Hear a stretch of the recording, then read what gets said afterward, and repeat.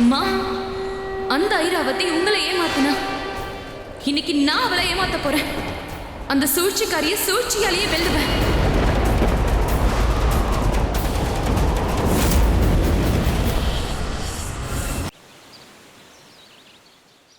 ஒவ்வொரு நாட்டையும் அரசன்தான் ஆளுவான். ஆனா கடந்த 21 வருஷமா இந்த விஜயநகரத்தை இந்த அரசி ஆண்டு வரா. இந்த மகாராணியோடைய ஆட்சியில மக்கள் சந்தோஷமா இருக்காங்க. ஏன்னு தெரியுமா? ஏன் நான் விஜயநகரத்துக்குள்ள நான் இல்ல, எனக்குள்ளதான் விஜயநகரமே இருக்கு. என்னோட வெற்றி தான் விஜயநகரத்தோட வெற்றி. உங்களுக்கு இந்த சந்தோஷம் என்னைக்கும் நீடிக்கணும்னா சொல்லுங்க, என்னோட அறையில இருந்து அந்த மாய உரையை எடுத்ததா யாருன்னு எனக்கு தெரியும். சொல்லுங்க, திருடினது யாரு?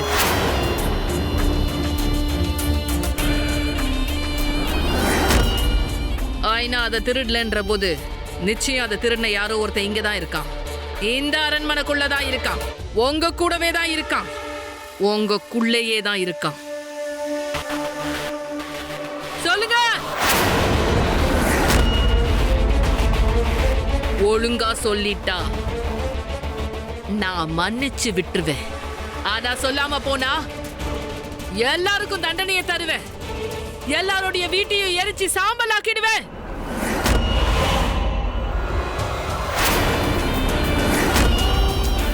என்கிட்ட இருந்து எதையும் நீங்க மறைக்க முடியாது.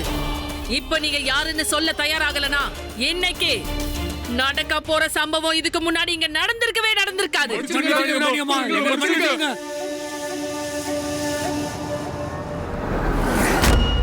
அம்மா, நீங்க என்ன பண்றீங்க?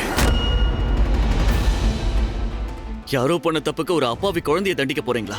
நான் தான் சொன்னேன்லம்மா, என் மேல நம்பிக்கை வைங்க.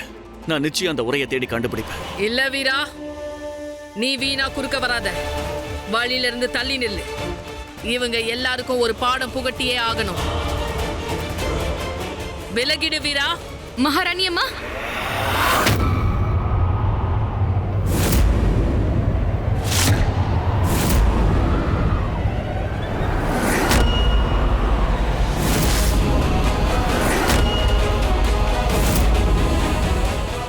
சந்திரகாந்தா,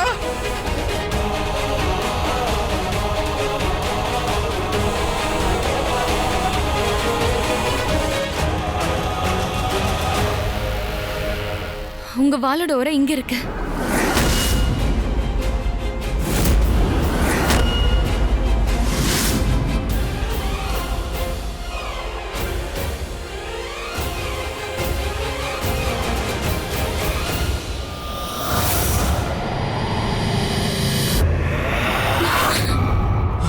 சந்திரகாந்தா,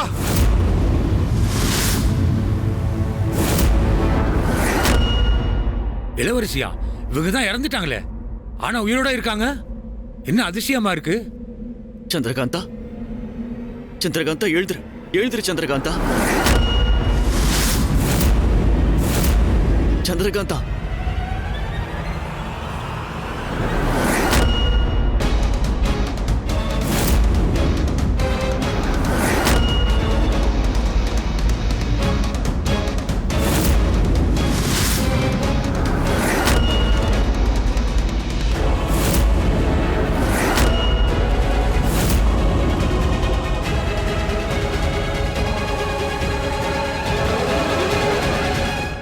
அம்மா, இதோ இருக்கு உங்க வாளோட உரை.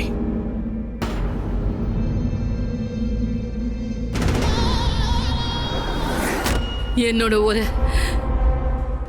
உரை எனக்கு திரும்ப கிடைச்சிருச்சு.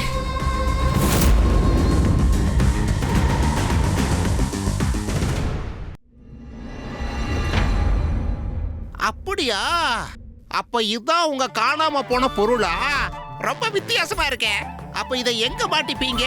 கையிலையா இல்ல தலையிலையா? இல்ல இல்ல இல்ல, அது இல்ல.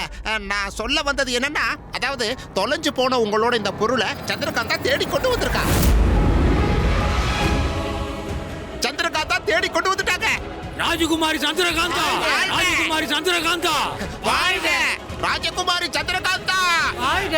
ராஜகுமாரி சந்திரகாந்தா, வாழ்க! ராஜகுமாரி சந்திரகாந்தா, வாழ்க! ராஜகுமாரி சந்திரகாந்தா, ராஜகுமாரி சந்திரகாந்தா வாழ்க ராஜகுமாரி சந்திரகாந்தா வாழ்க ராஜகுமாரி சந்திரகாந்தா வாழ்க.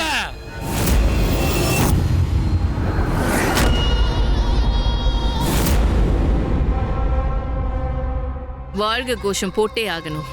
ஏன்னா இவ எடுத்துட்டு வந்த பொருள் எவ்வளவு முக்கியமானதுன்னு இவளுக்கே தெரியாது. மகாராணி அம்மா, நீங்க வாழ்க கோஷம் போட்ட உடனே சந்திரகாந்தாவோட காயம் ஒன்றும் ஆறிடாது. நீங்க சீக்கிரம் வைத்தியரை கூப்பிடுங்க. அரச வைத்தியரை என் அறைக்கு அனுப்புங்க சீக்கிரம். சரி சரி, வா.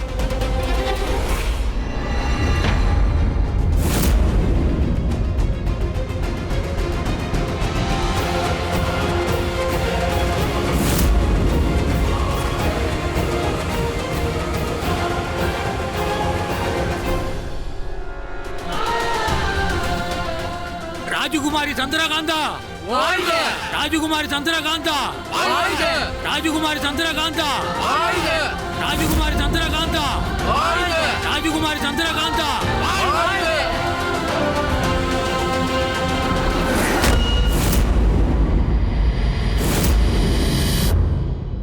கொஞ்சம் நீங்க சொல்லுங்க, இந்த அதிசயம் எப்படி நடந்துச்சு? இந்த பொண்ணு எப்படி உயிர் பொழைச்சா? அப்புறம் இந்த உரை எப்படி அவளுக்கு கிடைச்சிச்சு? இந்த கேள்விகளுக்கான பதில தான் நானும் தேடுறேன் ஐராவதி. இப்போ அதை விட பெரிய பிரச்சனை என்னன்னா, அந்த மாய வாளோட உரை வெளியே வந்திருக்கு.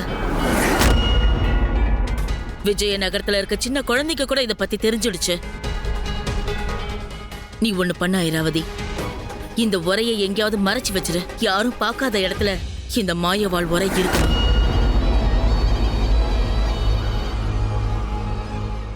சரி.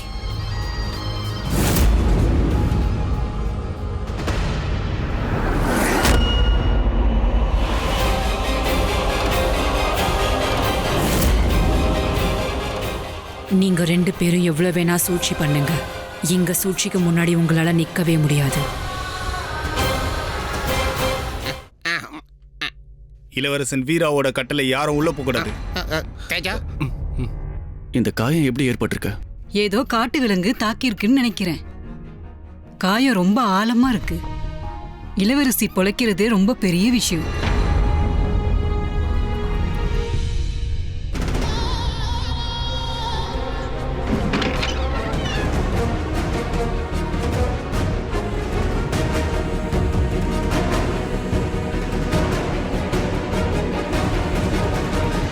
இங்க பாருங்க, இந்த சந்திரகாந்தாவை தாக்குனது நான்.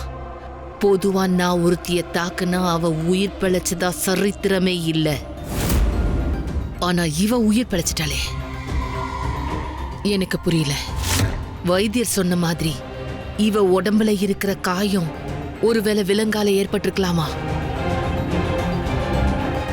இவ உடம்புல காயம் ஏற்பட்டிருக்கிறதுனா அது கண்டிப்பா பள்ளத்துல விழுந்ததுனால தான் இருக்கும். விலங்கு தாக்கி ஏற்பட வாய்ப்பே இல்ல. ரொம்ப விசித்திரமா இருக்கு. இல்ல ஐரா, இது விசித்திரம் இல்ல, மாந்திரீகம். இவளுக்குள்ள மந்திர சக்தி இருக்கா. இவ மந்திர சக்தியாலதான் உயிர் பழிச்சிருக்கா.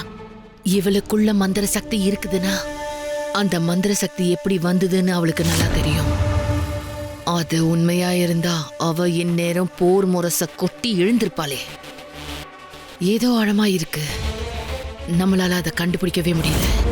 இவளுக்கு இவ கடந்த காலத்தை பத்தி எந்த அளவுக்கு தெரியும் எந்த அளவுக்கு தெரியாதுங்கிறது நம்ம தெரிஞ்சுக்கணும்.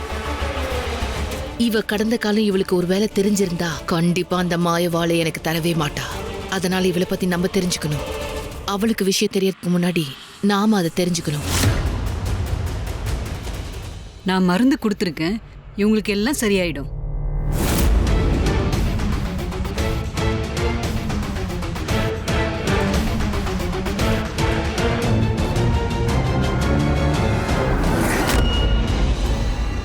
அம்மா, அது வந்துமா, நாம இவளை குணப்படுத்தியே ஆகணும். இவ உங்களோட எதிரி இல்லைன்னு எனக்கு ஏனோ தோணுது. இவ உங்க எதிரியா இருந்திருந்தா அந்த உரை எடுத்துக்கிட்டு அரண்மனைக்கு வந்திருக்க மாட்டா. வீரா, ஒரே ஒரு பூ மாலையாகாது வீரா. ஒரே ஒரு சொல் வாக்கியமாகாது. அதே மாதிரிதான் ஒரே ஒரு நல்ல செயலால முடிவு மாறிடாது. முடிவெடுக்கவும் முடியாது. அம்மா, அது உங்க உரை, உங்களோட வாழ்க்கை. இவ உங்க எதிரியா இருந்தா அதை எடுத்துக்கிட்டு எதுக்கு அரண்மனைக்கு வரணும்? போயிருப்பாளே. அதுதான் இப்போ கேள்வி. அதுக்கான பதில் எனக்கு இதுவரைக்கும் கிடைக்கல. இந்த வாளோட உரை இவளுக்கு எப்படி கிடைச்சது? எங்கிருந்து கிடைச்சது? அவளுக்கு நினைவு திரும்பட்டும், நாங்க திரும்ப வரோம்.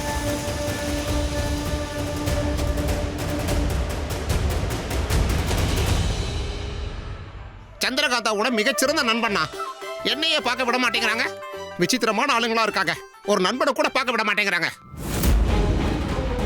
மாம், என்னை பத்தி உனக்கு தெரியாது. என் பேரு கெஹனான்றது மட்டும்தான் உனக்கு தெரியும். நான் எவ்வளவு பெரிய வசியக்காரிங்கிறதும் உனக்கு தெரியாது. ஆ, நீ சந்திரகாந்தாவோட தோழன் தானே? ஆ, ஆ. அப்போ அவளை பத்தி எல்லாம் உனக்கு தெரிஞ்சிருக்குமே. ஆமா, பாருங்களேன். அப்படி இருந்தும் அவங்க என்ன பார்க்க விட மாட்டேங்கிறாங்க. ஏன் பார்க்க விட மாட்டேங்கிறாங்க? அது ஒண்ணும் இல்ல, அவ இப்ப ஓய்வு எடுக்கிறாள். அதுக்குள்ள நம்ம ஒரு வேலை பண்ணலாமா? நம்ம உட்கார்ந்து சந்திரகாந்தாவை பத்தி பேசலாம். அவளுக்கு பிடிச்சது பிடிக்காதத பத்தி பேசலாம். ஏன்? நீ எதுக்காக இதை தெரிஞ்சுக்கணும்? நீ பேசுறத கேட்டப்போ எனக்கு ரொம்ப வருத்தமா இருந்தது. சந்திரகாந்தா இடத்துல நான் இருக்கணும்னு ஆசைப்பட்டேன். ஆனா அது இப்ப இல்ல. ரொம்ப நாள் முன்னாடி நான் வீராவை நேசிச்சேன்.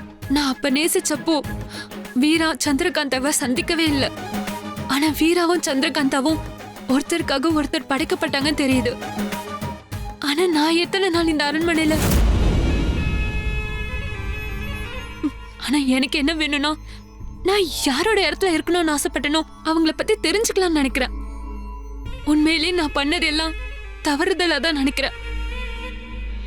எல்லாத்தையும் நான் உணர்ந்துட்டேன். சரி, சந்திரகாந்தாவுக்கு என்ன பிடிக்கும் என்ன பிடிக்காதுன்னு நான் உனக்கு சொல்றேன், சரியா?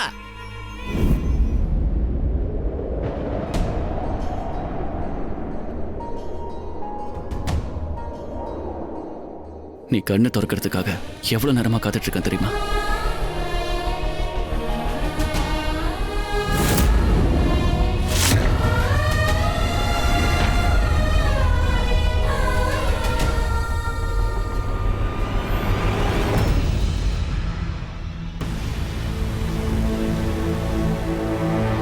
மகாராணி, உங்களுக்கு வாளோட உரை கிடைச்சிச்சுல்ல? சரி, உனக்கு என்னாச்சுன்னு நீ சொல்லு. தெரியலம்மா. நெருப்பை எடுத்துட்டு வந்து பகவான் விஷ்ணுவை வேண்டிக்க சொன்னீங்க. நானும் அதே மாதிரி வேண்டிட்டு இருந்தேன். அங்க திருமண வாழ்க்கைக்காக வேண்டிட்டு இருந்தேன். அப்பதான் திடீர்னு நினைச்சு பார்க்காத அளவுக்கு எல்லாமே மாறிடுச்சு.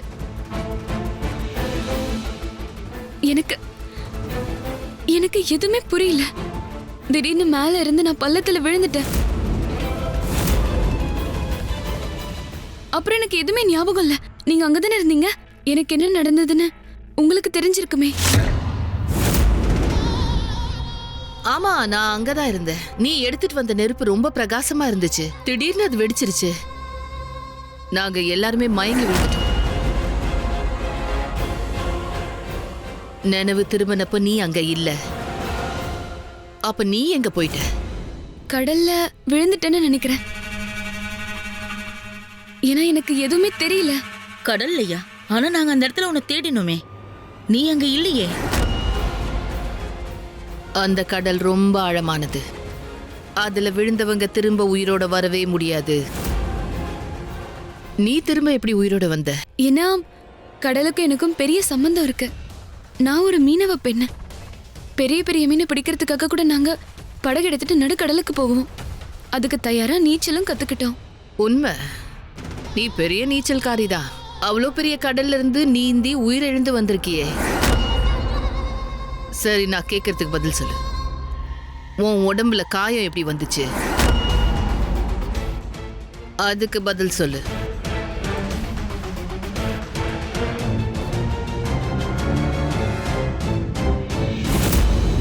நடந்த எதுவுமே எனக்கு சரியா ஞாபகம் இல்ல. எனக்கு ஒன்றும் புரியல. நான் ஞாபகப்படுத்தி சொல்றேன். வைத்திரம்மா சொன்ன மாதிரி விலங்கு தான் தாக்கியிருக்கோம். ஆனா இவ என்னடானா மாத்தி சொல்றா. அப்படின்னா இவ்வளோ நேரம் இவ சொன்ன விஷயம் எல்லாமே பொய் தான். பொய் மட்டும்தான். சூரிய நகரத்துல யாருக்காவது கல்யாணம் நடந்துச்சுன்னா இந்த பூக்களால தான் மாலை செய்வாங்க. அதே மாதிரி தான் சந்திரகாந்தாவுக்கு கல்யாணம் நடந்தாலும் இதே பூக்களால தான்.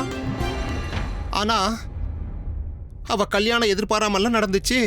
அதனால எதிர்பாராத விதமா தான் என்னென்னமோ நடக்குதே. என்னையே எடுத்துக்கோ, விதி என்னோட வாழ்க்கையில எப்படி எல்லாம் விளையாடி இருக்கு. அந்த இரவு மட்டும் என்னோட வாழ்க்கையில வராம இருந்திருந்தா நான் இந்த அரண்மனைக்கே வந்திருக்க மாட்டேன். யார் அது? வீரர்களே, அவளை பிடிங்க. யாருங்க? நில்ல.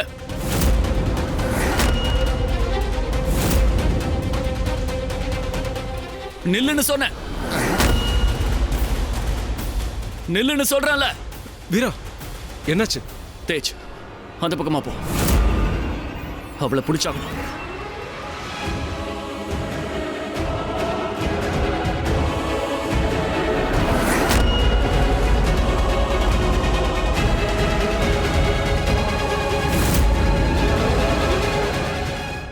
யார் நீ? எங்க அரண்மனையில என்ன பண்ற? எங்க அரண்மனைக்குள்ள எப்படி நுழைஞ்ச? சொல்ல.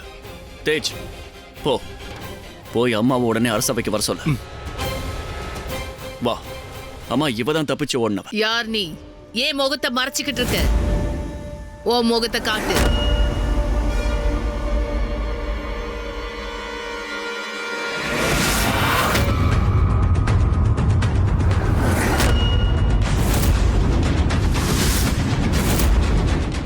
நீ யாருன்னு கேக்குறல்ல, சொல்லு. அம்மா கேக்குறாங்கல்ல, யாருன்னு சொல்ல. நான் உங்களோட எதிரி இல்ல. என்னை விட்டுடுங்கம்மா. அப்புறம் ஏன் முகத்தை மூடி வச்சிருக்க? நான் சொல்றேன்.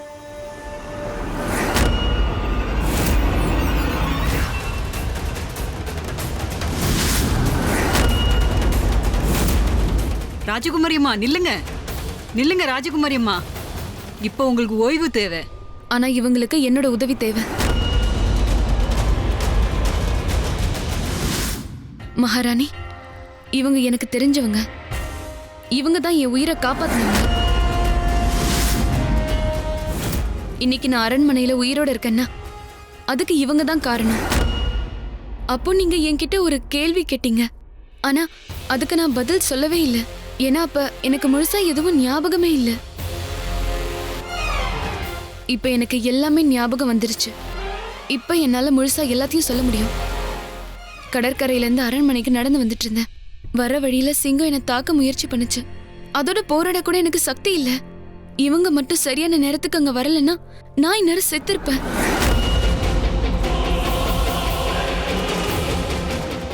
பகவான் ஸ்ரீ விஷ்ணுவே இவங்க ரூபத்துல வந்து என்னை காப்பாத்தினதா உணர்றேன். மகாராணி அம்மா, அந்த சிங்கங்கள் 2 பேரையும் சாப்பிட்டுருக்கும். ஆனா விதி ரொம்ப ரொம்ப வலியதுமா. எது நடக்கணுமோ அது அப்படியே நடந்தே தீரும். அதே மாதிரி எது நடக்க கூடாதோ அது நடக்கவே நடக்காது. அந்த நேரம் நான் ஆடு மேய்ச்சிட்டு இருந்தேன். அந்த சிங்கத்தோட கவனத்தை திசை திருப்ப ஆடுகளை இன்னொரு பக்கமா விரட்டிட்டு இருந்தேன். சிங்கமும் ஆடு பின்னாடியே போயிடுச்சு. நாங்க 2 பேரும் அங்கிருந்து தப்பிச்சிட்டோம். நீ சொல்ற கதை நல்லா இருக்கு. நான் சொல்ல வந்தது ஒரு உயிரை காப்பாத்தின கதை எப்பவுமே நல்ல கதை தான். ஆனா நீ இதுவரைக்கும் யாருன்னு என்கிட்ட சொல்லவே இல்லை. விஜயநகரத்துல உன்னை முதல் தடவையா பாக்குறேன். நீ யாருன்னு சொல்லு. தாரா, நானும் உங்க நாட்டை சேர்ந்த சாதாரண குடிமகள் தான். உங்க நாடு ரொம்பவே பெருசு. எவ்வளவு குடிமக்கள், உங்களுக்கு எப்படி எல்லாரையும் நினைவிருக்கும். நான் கடற்கரை ஒட்டி இருக்கிற கிராமத்துல வசிக்கிறேன். பாத்தியா, சந்திரகாந்தாவுக்கு எப்பவுமே நல்ல நேரம் தான். எப்ப அவளுக்கு எந்த பிரச்சனை வந்தாலும் அவளை காப்பாத்துறதுக்கு யாராவது ஒருத்தர் வந்துருவாங்க. பாத்தியா?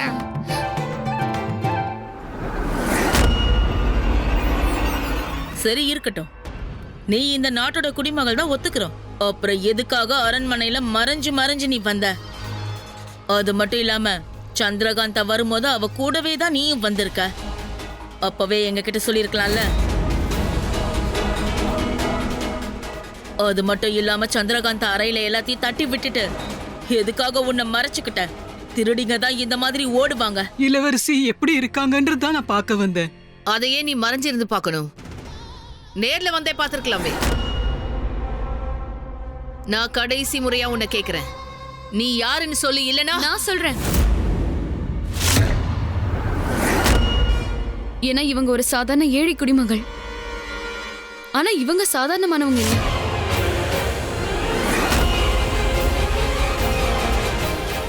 ஒருத்தவங்களோட உயிரை காப்பாத்துறவங்க எப்படி சாதாரணமானவங்களா இருக்க முடியும்? ஒருவேளை இந்த அரண்மனையில யாராவது இவங்களை தப்பா நினைச்சு கைது பண்ணிடக்கூடாதுன்னு அவங்க இப்படி மறைஞ்சு ஓடி இருக்கலாம். எங்க நாட்டுல உதவி பண்றவங்கள கைது பண்றதில்ல, பரிசு தான் கொடுப்போம்.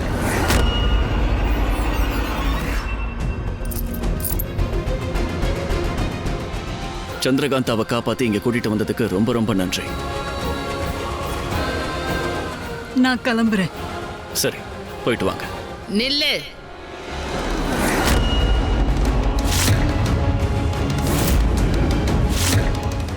கடல்ல இருந்து நீ வெளியே வந்து புலி தாக்கறதுக்கு முன்னாடி அந்த இடப்பட்ட நேரத்துல அப்படி என்னதான் நடந்துச்சுன்னு என்கிட்ட கொஞ்சம் சொல்ல. உண்மையிலேயே உனக்கு எந்த இடத்துல இந்த வாளோட உரை கிடைச்சது?